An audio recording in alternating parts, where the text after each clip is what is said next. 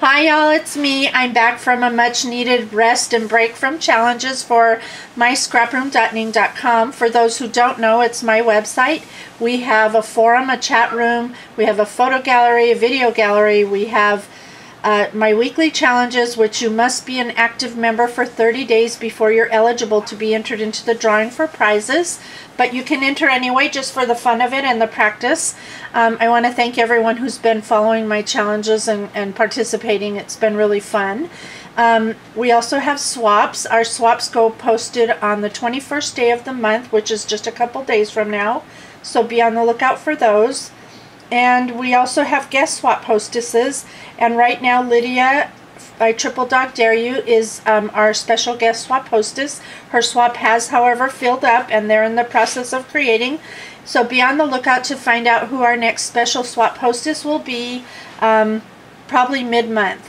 So without further ado, let me get on to the challenge number 60. Wow, 60. And the prize. This week's prize was actually donated by someone super sweet, and I am not at liberty to say who, but let me show you what you're going to get.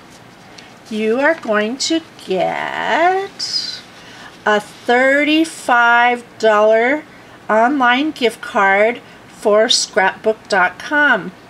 I think it's an awesome prize. I mean, I would love to be able to pick out what I want as a prize. That was like really cool. So thank you so much for the donation. I appreciate it very much. So let me show you what I'm going to have you do. And please bear with me because I'm working around a tripod and it's kind of difficult to show you these projects. But I am going to call this a memory box. Now, I have seen this idea on Pinterest. I did follow the links to try to figure out who created it, and I can't find it. It's on a website, I believe, called Paper Tales, which is a store that's in San Diego, California, but I couldn't find the image on their site to find out who created it, so I'm sorry about that. But anyhow, let me show you my version, and I'm calling this a memory box. And here's mine, so let me show you the outside.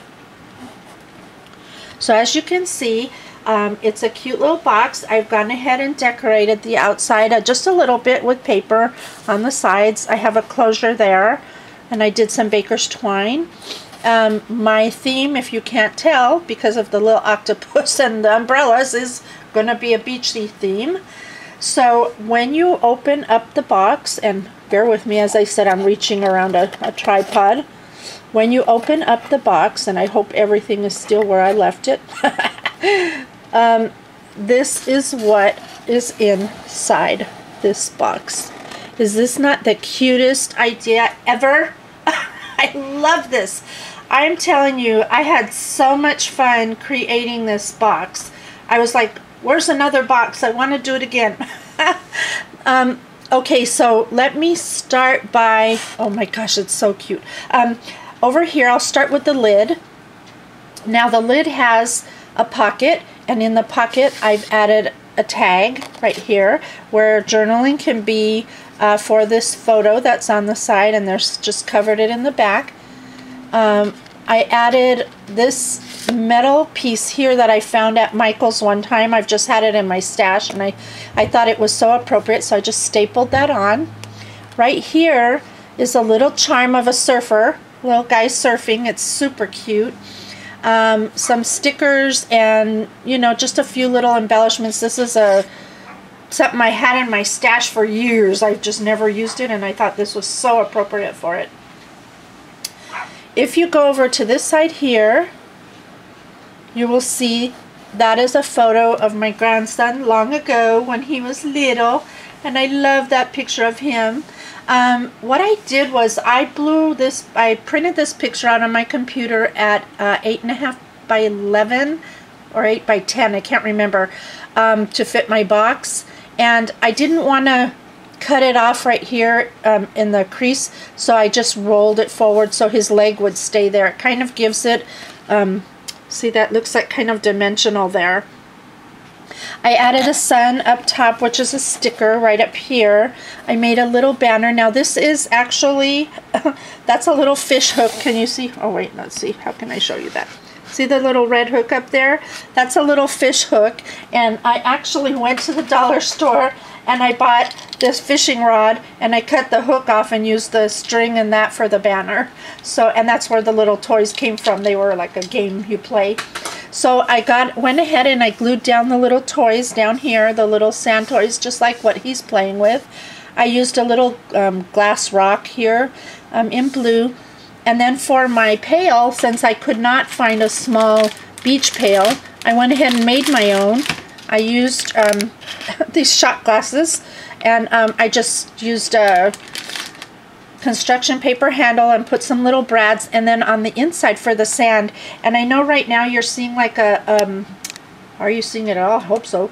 You're seeing like a little layer of something on the top. That's because I have glossy accents in there waiting for it to dry to keep the sand in the pail, because I didn't want it to fall out. I have a small shovel handle I cut out of construction paper in there.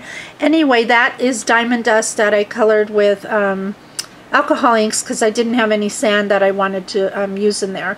So anyhow, that is what we are creating. Now let me give you some ideas.